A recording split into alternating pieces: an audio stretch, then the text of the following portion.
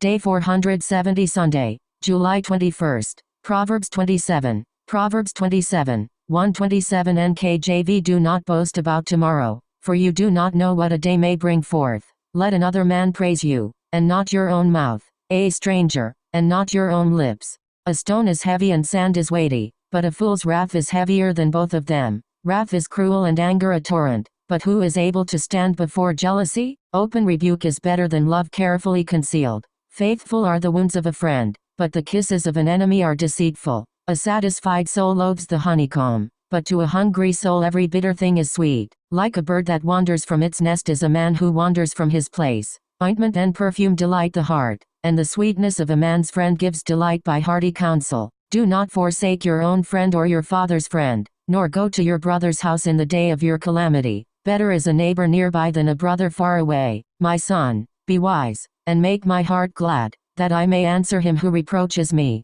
A prudent man foresees evil and hides himself. The simple pass on and are punished. Take the garment of him who is surety for a stranger, and hold it in pledge when he is surety for a seductress. He who blesses his friend with a loud voice, rising early in the morning, it will be counted a curse to him. A continual dripping on a very rainy day and a contentious woman are alike. Whoever restrains her restrains the wind, and grasps oil with his right hand. As iron sharpens iron, so a man sharpens the countenance of his friend. Whoever keeps the fig tree will eat its fruit, so he who waits on his master will be honored. As in water face reflects face, so a man's heart reveals the man. Hell and destruction are never full, so the eyes of man are never satisfied. The refining pot is for silver and the furnace for gold, and a man is valued by what others say of him. Though you grind a fool in a mortar with a pestle along with crushed grain, yet his foolishness will not depart from him. Be diligent to know the state of your flocks, and attend to your herds, for riches are not forever, nor does a crown endure to all generations. When the hay is removed,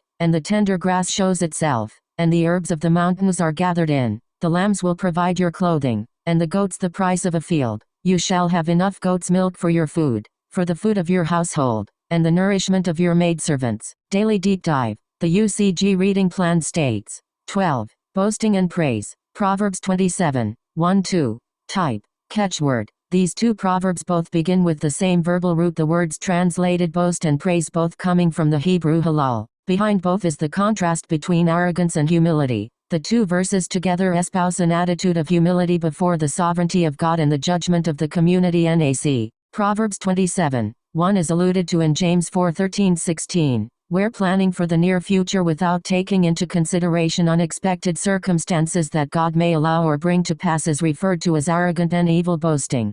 13. Unbearable personalities. Proverbs 27, 3-4. Type. Thematic. Grammatical parallel. These two proverbs strongly parallel each other in the Hebrew. Both concern behavior that cannot be endured. NAC. As noted in our introduction to Proverbs, the wording of verse 3 about fools being heavy, i.e. hard to bear, is similar to a saying written later about grief in the Assyrian words of Ahikar. I have lifted sand, and I have carried salt, but there is not which is heavier than grief. Quoted in Expositors. Introduction to Proverbs. 14. Honest friendship. Proverbs 27, 5-6. Type. Thematic. Catchword. In addition to a common catchword, the Hebrew root meaning love, both verses concern the nature of genuine friendship. NAC, which is characterized by openness and honesty, including rebuking the friend if necessary for his own good. This is contrasted with hidden love, being too timid to be frank, more concerned with oneself being rejected rather than the welfare of the other person,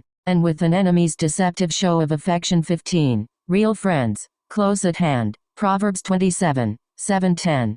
Type. Parallel. The four verses are arranged in parallel, AB, and generally concern forming significant friendships. Verses 7 and 9 both deal with pleasant substances, honey, incense, oil, and the paradox that what may seem bitter food or direct advice, can actually be sweet. Verse 8 decries the man who wanders far from home, while verse 10 urges the reader to cultivate neighbors near at hand, as friends to whom one can go in time of crisis, rather than relatives far away. NAC. By itself, verse 7 would seem to point out merely that those with much, in the way of good food or perhaps luxuries in general, get sick of it, no longer appreciating what they have, while a person with little delights in whatever he is able to get. Yet in context of the preceding and following verses, the proverb could also refer to friendship and counsel. Perhaps a caution to be sparing in friendly advice, lest the recipient grow tired of it. 16. Fatherly advice. Proverbs 27 hours and 11 minutes 27.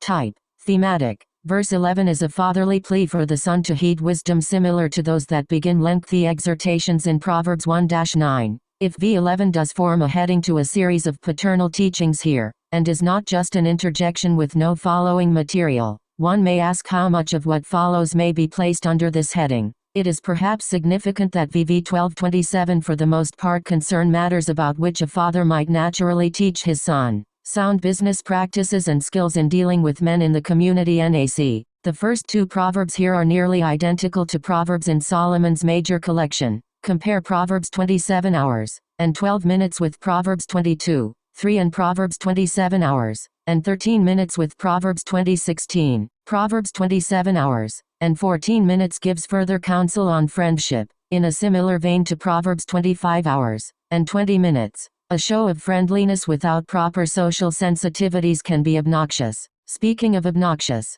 the following verse, Proverbs 27 hours and 15 minutes, compares a nagging or argumentative wife to a constant dripping, as in Proverbs 19:13. The next verse, Proverbs 27 hours and 16 minutes, must accompany the previous one as it would be incomprehensible on its own. It is commonly understood to mean that a contentious wife is also uncontrollable, like trying to stop the wind or keep oil from slipping through one's fingers. However, the Hebrew of the verse is difficult and the translation not certain. The point of verse 17 about iron sharpening iron, e.g., an iron file on an axe head, is that friends are sharpened, made more effective in various ways, through close interaction with one another. This includes the rebuke and hearty counsel mentioned in verses 5, 6 and 9. Verse 18 concerns a servant or employee looking after his master or employer's estate or business and receiving livelihood and honor from that source, symbolized by the fig tree. Ultimately, this would apply to the blessings and future reward of God's servants for being faithful stewards in the work He has entrusted them with.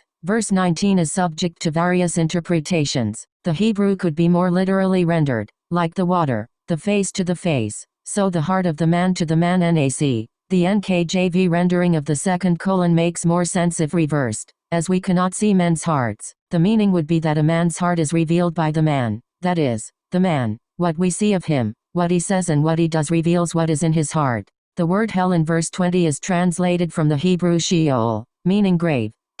A comparison is made here that is also a warning. As the grave and destruction are never full, being pictured as ravenous monsters that never seem to get enough since people continue to die and meet destruction. Compare Proverbs 30 hours and 16 minutes. So the eyes of man, representing his covetous desires, are never satisfied. In the parallel, besides covetous being voracious, we may note that the avaricious appetite of humans is compared to that which destroys. NIV application commentary. Note on verses 19-20. Thus the proverb may imply not only that people are greedy, but that having greedy eyes leads to the devouring of others and eventually the self. The first line of verse 21 is identical to Proverbs 17:3. In the previous verse the focus on the crucible concerned the refining process, compared to God's refining of people's character. Here the focus is on what the refining process reveals, the pure metals, the comparison being with the revealing of a man's character by what people say of him. Of course, we must consider this in general terms. The righteous may well experience public censure over issues of righteousness. See Matthew 5:11, though some will nonetheless take note of good character. Compare 1 Peter 2:12. Indeed, if we inquire of the right people about someone, those of good character who know the person in question, we are likely to gain a proper assessment. Verse 22 contains another metaphor of processing natural materials, mortar and pestle rather than crucible. The point is that fools cannot be separated from their foolishness, showing the importance of being careful in choosing one's associates. Unlike the preceding short proverbs, verses 23-27 constitute an extended poem. The message here, though couched in pastoral terms, can be generally applied to one's means of earning a living. Take care of your business, and it will take care of you. NAC. This is the reward for diligence, and